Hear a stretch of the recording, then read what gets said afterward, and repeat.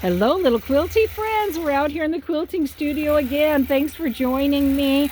Always a fun time. Let's have a little bit of goodness and see what's happening today. She is working hard on this adorable chicken panel quilt. Making this for a friend that loves herself some chickens. And let's see, every one of these fabrics has to do with the chickens, because look at right here.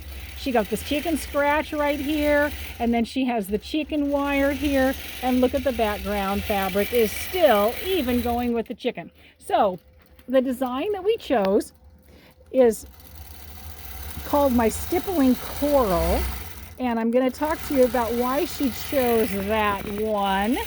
It goes in this nice little meander. Looks like a little trail. Those chickens are kind of wandering around the yard right there.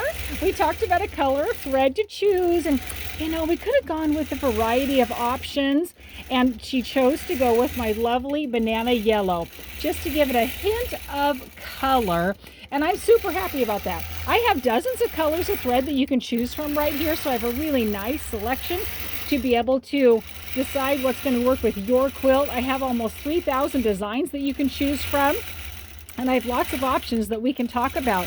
So when you're ready to do a quilt, contact me. I have some information in the show notes down there. You can contact me through that, and I can let you know how to send a quilt over here to Brenda's Quilting Studio. Check out on the Facebook page. It's the same as it is here, Brenda's Quilting Studio, and you will see lots of pictures of this quilt and other quilts that are being stitched, and there's info there, and there's information, and you're welcome to ask me questions because I have been doing this for a while. I have enjoyed it thoroughly and would be happy to share with you ideas and thoughts with your quilts.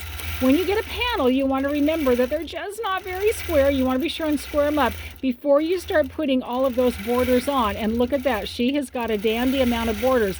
Because she has squared out her panel, the borders are nice and straight. Now, because she wanted the quilt to be a little bit longer than it was wide, she added more borders heading to the top and bottom than she did on the width. And that is great. That's going to help to extend that long, narrow border. Now, the other thing is the quilt itself is 39 inches. I need to have about 3 inches on each side to be able to attach to the quilt machine. As you can see right here, I need a couple of inches to attach to my snappers. I need to have a little bit that I can grip on the sides. Because the quilt backing was 45 inches, it's just barely going to fit. She didn't need to have any extra for it, and I was able to do it in all one run. She wasn't quite sure, so she actually bought a double run of fabric, and I told her, you know what, we're going to be fine like this. We don't even have to double it up and get a seam in it. She'll be able to use that for another quilt, and that'll be great. She's perfectly happy with it.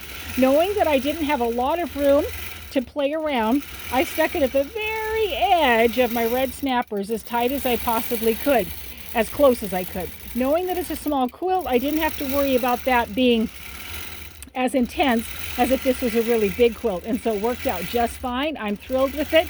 Love to have a quilt over here. Send it my way.